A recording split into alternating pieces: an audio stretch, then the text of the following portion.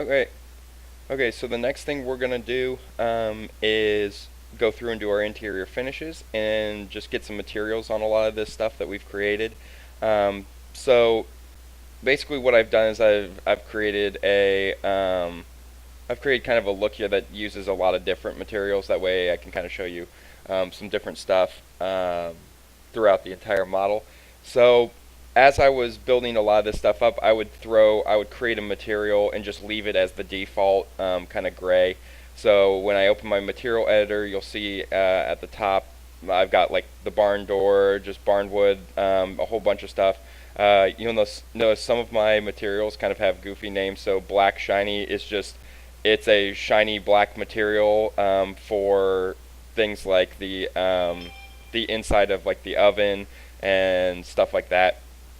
So, um, just using generic names that way I can know basically what it is without having to figure out what it's applied to because I might want to use it for multiple things.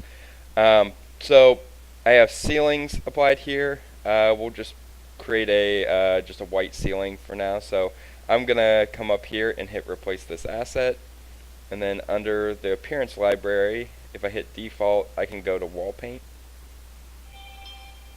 and then change this to just a white. And I'm going to stick with my ceiling just being a flat matte. That should be fine. And then go with a spray finish. And we'll say OK. And so then all my ceilings already have that applied to them, so they automatically jump to that color. So what I don't have is an actual like paint color for the walls.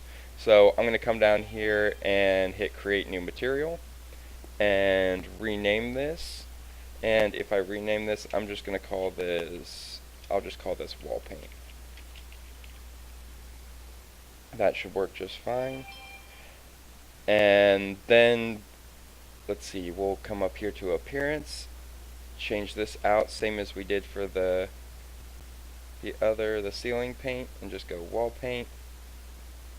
And I'm going to make this eggshell, that way it can hit spray.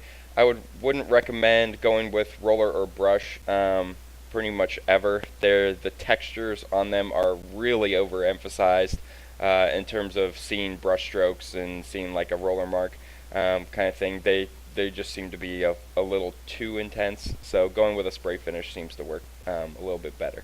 So maybe we'll keep this kind of in the neutral tones. So we'll come down here and find like a tannish or something like that and go a little bit lighter. So something maybe in that realm. So an issue that I have been having with 2018, and it may just be my version and not anybody else's. I have not been able to find online anywhere that anybody else has this problem. But for whatever reason, I have not been able to figure out why some of my materials are doing this.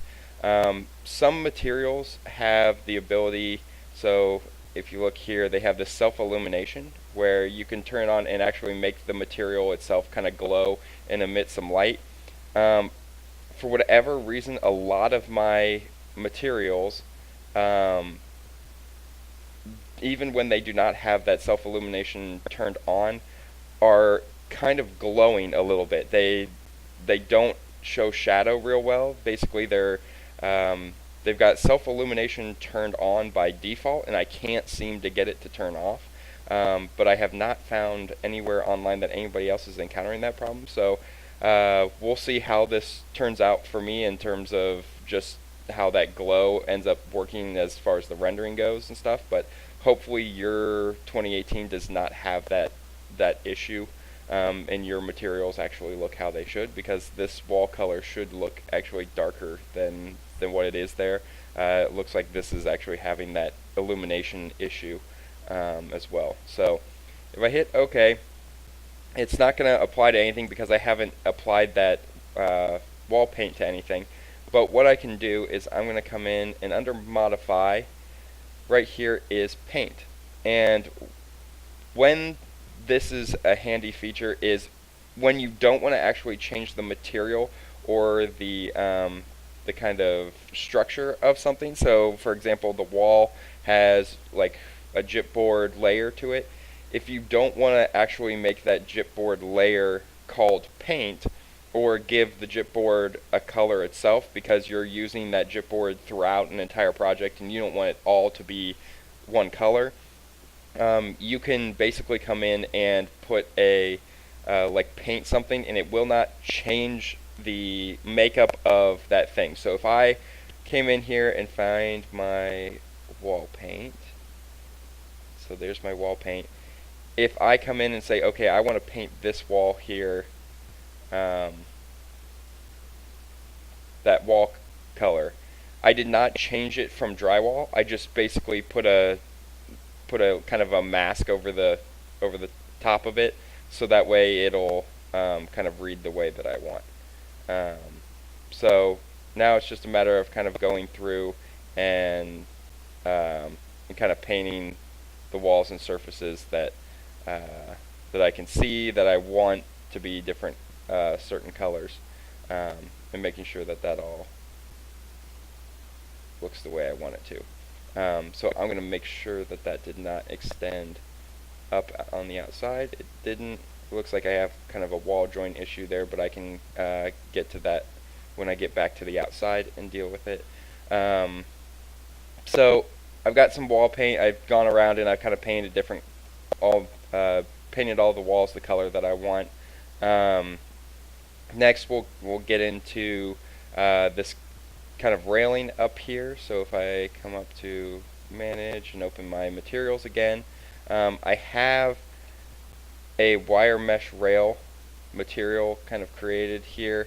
So basically what I want to do is I want to create this kind of wire mesh railing texture.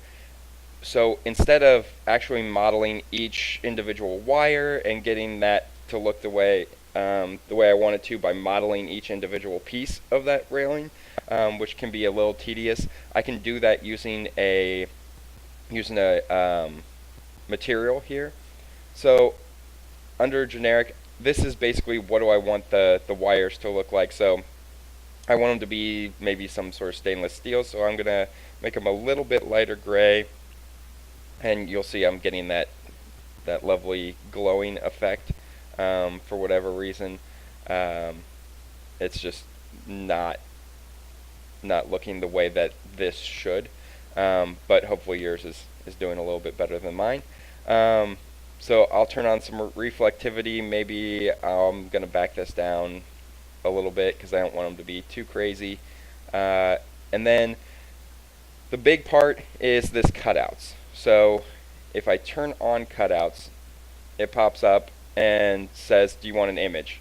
And I say, no, I don't need an image, because in here is actually something called tiles. And if I grab tiles, I can get this kind of mesh here, and I can say, okay, it's a stack bond. It has 4 per row, 4 per column. I can yours may have these all kind of minimized, but if I go to the grout appearance, I'm going to make the grout appearance white, and I'm going to make the tile appearance black. And you'll notice in this cutout, it's going to look at this image, and anything that is black, it's going to like eliminate, and then anything that is white, it's going to leave. So then it starts to show this a little bit better. So if I go to the cube view, you'll see it's starting to look kind of like a wire mesh there. So this is a 1 foot sample, so we've got a 3-inch spacing between. Maybe I want that to be a little bit smaller. So maybe I'll back it down to like 6 inches. That way I got 1.5 inches between all of my wires. And now I'll hit done, hit apply.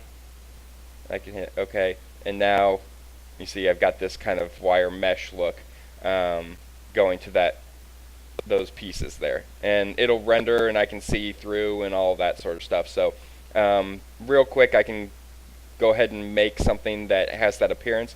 without actually going through and modeling each individual wire, which would have been real tedious and taken a lot more time than what that just did. Another thing that I like to do, that a good example of that will be this sort of barn door here. So this barn door I'm going to make actually be kind of a wood texture. So I want to be able to see the grain in it and that sort of stuff. So if I go to appearance and select an image, come through and go to my textures, so maybe I want something. I basically took the exact, once I found a wood image that I liked, that worked pretty well for me, I just went and created a bunch of different colors in Photoshop with it. Took some reds out of it, added some browns, like darkened it, just basically created a whole bunch of different options for myself. The graining might not be the right graining for the wood species that I'm after, but for the most part it works pretty well. If you want an exact, graining of something else, you can potentially find it. I'm going to use, because it's a good example of some different things, I'm going to use this knotty alder and grab that. And when I hit apply, okay, so you'll notice over here what's happening, and this is common in stone as well as in wood textures.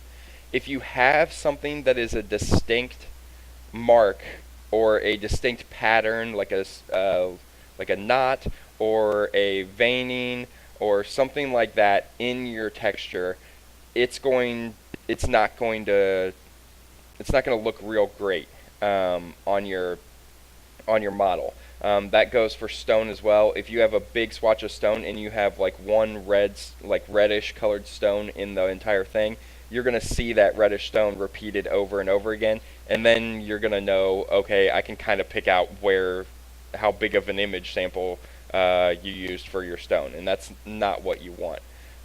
But when you have something kind of like a knotty alder that the wood actually has a fair amount of knots in it and that sort of thing, you want to be able to show that, but you also don't want it to repeat like this and look absolutely terrible.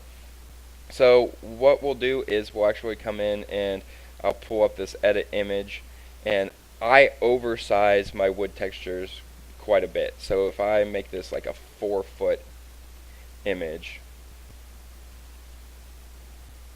now that's starting to look a little bit better. I've got my one knot there. I'm actually going to rotate it 90 degrees so that way the everything goes vertical. Okay, so that's starting to look a little bit better. It's looking a lot better than it did before, at least. We do have this line that's running through here, but we'll get into that here in a second. So I'm going to take the glossiness down on it. Everything else should be just fine. If I want to come back in and maybe darken this a little, I can tint it and say I'm gonna just tint that just a little bit, so that way it darkens the wood. So maybe that's more the color that I'm after. It's almost like coming into and staining the wood to get it to where you want it to be. But when this door gets built, obviously this is going to be built out of a couple different pieces. You're going to have a piece that runs horizontal, two that run vertical, another horizontal, and then this piece that goes at an angle, and then probably a piece of plywood or something like that in between here. But all of those pieces have the grain of the wood going different directions. So whenever you see a rendering with wood in it, a lot of times they'll have just a single texture and they've applied to the whole thing, and especially on cabinets, you might not pick it out immediately what's wrong with it, but it doesn't look quite right, which is what we've got going on here. So it doesn't look bad, but something about it doesn't seem realistic because we don't have all those different parts composing the door. We just have a texture applied to the whole thing, almost like it's just been painted to look like wood. So what we're going to do, we're going to come in and I'm going to grab this this view here, so I can see my model here. And I'm going to go in and edit this model in place that I've got here. And I'm going to go in and break this extrusion that I've created up into the various pieces that make up this door. There's no need for me to bog down my model and model them each individually. So if I came in and modeled an extrusion here, an extrusion down here, the two verticals all separately, that would start to bog my model down a little bit because it's more elements that the model has to keep track of. But what we can do is model this all as one, just how I have it here, and model this one separately because it sits back in just a little bit, and then we've got our actual panel there. We can come in, and up here is the split face tool. So if I click on that and then grab the face of my my extrusion, it'll open up this sketch mode, and it's basically asking me, okay, you have this extrusion and you want to divide it up into different pieces and parts. Just visually, how do you want to do that? So I'm going to grab the edges here and basically just sketch a couple lines right there and hit my check mark, and now it goes ahead and it keeps those lines there, but it's divided it into some different parts. So now if I throw this on realistic so I can see what I've got. Now if I go under my materials, I have barn door, then I'm going to create another material that's just called barn door horizontal. I'm going to grab the exact same thing as what I had before. I'm going to make sure that all of the stuff is the exact same, so I'm going to go 4 foot there. I don't want to rotate this one 90 degrees. If I rotated the other one 90 degrees, I don't want to do this one because I want this to actually go the opposite direction. I will turn the glossiness down, and then my tint is a 172. So if I grab that and then change this, now I should have the exact same texture there, except for rotated horizontal. So now if I come in and grab my paint tool and then come up and find barn door horizontal, I can paint these two sections so that now they go horizontally there. Now that starts to look a little bit more realistic. I've still, because I've got my texture so large, I still get my my knots here and there, but they're not so repetitive that you can tell that I'm just using using like a small swatch of it, and it starts to look a little bit better. Now in terms of this piece here, I want to actually create another texture and rotate it to a certain angle. So I'm gonna grab this and just figure out, okay, what's my angle? So 20.93, so we'll say 21 degrees. And we'll grab another material. We'll create another one. We'll call this barn door angle. Do the exact same thing as what we did before. We'll grab this, change this to 4 foot. Now we're going to change this rotation. So our default is horizontal. So because we want to rotate this basically 21 degrees off of vertical, so that'd be 69 degrees off of horizontal, because our default is running horizontal. So we'll grab that, turn that down, and then this was a 172. And I'll say okay. So I do not need to split this one because it's all going to be one material. So if I grab this and just change the material to angle, now it runs the direction that it should. So that starts to look a little bit better than what we had before. So if I go back to this view, now that starts to actually read a little bit more realistic than it did. I might adjust just a little bit and shift my because I've got this knot that's actually bridging these two pieces, and that's not going to look very realistic if it perfectly matches the one next to it. So I'm going to go in and take just my normal one, and if I go to edit image, I'm going to shift it like 4 inches in both directions. We'll say okay. So now I've got this out of that like kind of view of it shifting over. This one starts to do the similar thing, so maybe I might move it over a little bit more, but for the most part that's looking all right. I do have that kind of line running through here. I might be able to get rid of that if I take that texture into it's not very often I use this texture actually this large on this large of a thing. Usually it's on a cabinet about this size, so if 4 feet's normally plenty big enough to actually encompass the entire face of it. So if I take this texture into Photoshop and actually make it seamless, I can get rid of that line just by kind of copying that image on top of itself and then kind of feathering it together. I can get rid of that line.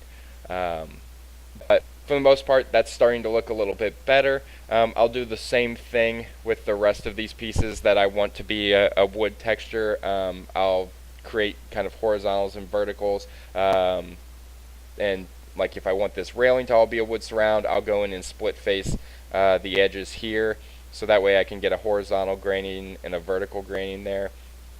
So all of those little things start to build up and actually make this model look a little bit nicer and a little bit more realistic. So I'll hit finish model there. Another texture that we'll go into is the stone. Stone is pretty tough, like I said, on the outside.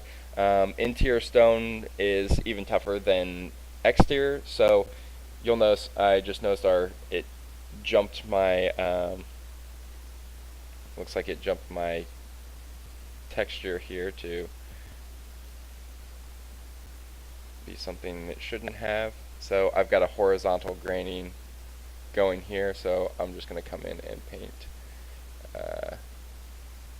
this to be vertical. That way it goes back to the way it should. For whatever reason, when I hit finish model, it changed that.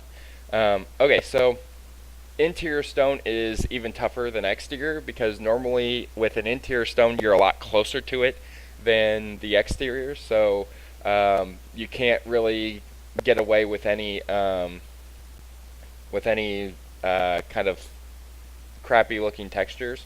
From a distance, a lot of times you can get away with a texture that doesn't look quite so great, but on the interior that's not really something that you can get away with. So if we come in here and go to our materials and go to interior stone and grab our appearance and then go to our textures here. So if I grab stone and I'm going to say stone walls. So there's a couple of different, I've got a whole bunch of stone textures in here. Depending on the look we're after, we can grab any number of things. Maybe we'll do something like this in here, and you'll notice already that I'm getting a glow kind of from this one. Now I'll go to edit image, and this says it's a foot by a foot. I want this to be much bigger than that, so maybe instead of a foot I have maybe like a 4 foot 6 inch sample, and we'll say done. So that's looking a little bit better. It's a little more in scale with what I want. I'm going to take the glossiness all the way down on it, and now I'm going to grab the bump map for it. And I have this bump map. It's just a black and white version of that image, and then I'll make this 4 foot 6. Pretty sure that's what I made this. Yeah, okay. So I want to make sure that those two are the exact same. And now I can start pulling this up and increasing the kind of texture of that. So that might be a little bit too much, so we can start backing it down. If you want this to look really dimensional, the best way to do it, and it takes a fair amount of time, which is why normally I don't really worry about making this look absolutely perfect, is if you go into this this bump map image, you can start to control where, like, just open it in Photoshop and start to control where the lights and the dark parts are, so that way you can control what sits out, what sits back. Just the colors of the stone, so you can see in this image I've got some darker stones, so it's the bump map's naturally going to push those kind of back a little bit further than the lighter stones, but maybe you don't actually want that. You actually want, like, the face of the stone and the texture of it to actually build out the same as the rest of them. So you can start to get in and pull the contrast up or down as you need to. Even in situations like brick, going in and actually making all of the grout lines black and the brick white will actually make your brick texture a lot more kind of dimensional and read a lot better than what they would otherwise, by just turning the brick image black and white. But for now, this isn't too terrible. I might adjust this just a little bit more. That seems a little bit too much. If we go the other way, let's see what that looks like. Probably not. We want to go, let's see, about 80. That's not too terrible. We'll say somewhere in there. So it'll apply that across the board here. Now looking at this, this looks a little bit too large in terms of the scale. So I'm actually going to back this down from 4'6". Maybe I'll go like 3'6" on both of these. So there we go. Let's apply that and see what that scale comes out looking like. Okay, that's looking a little bit better. So obviously I have this beam up here. I don't want that to actually be stone, so I'll go in and change that material and make that something else. Color's probably a little too yellow. I want this to be a little bit different color than what it is, so I can open up that image and change the color a little bit. But overall, it's not too terrible, and looks okay. As far as adjusting, the big thing that always makes Revit stone look terrible is the corners, because obviously, like, this stone here has a thickness to it and would sit back in here. That gets really tough to kind of line everything up. So you can either, and obviously I did never use this texture before because it actually has a watermark on it. I just found it on Google and grabbed it for whatever reason. So maybe this isn't the best texture for it. But anyway, so getting that return can be really tough to look great in Revit itself.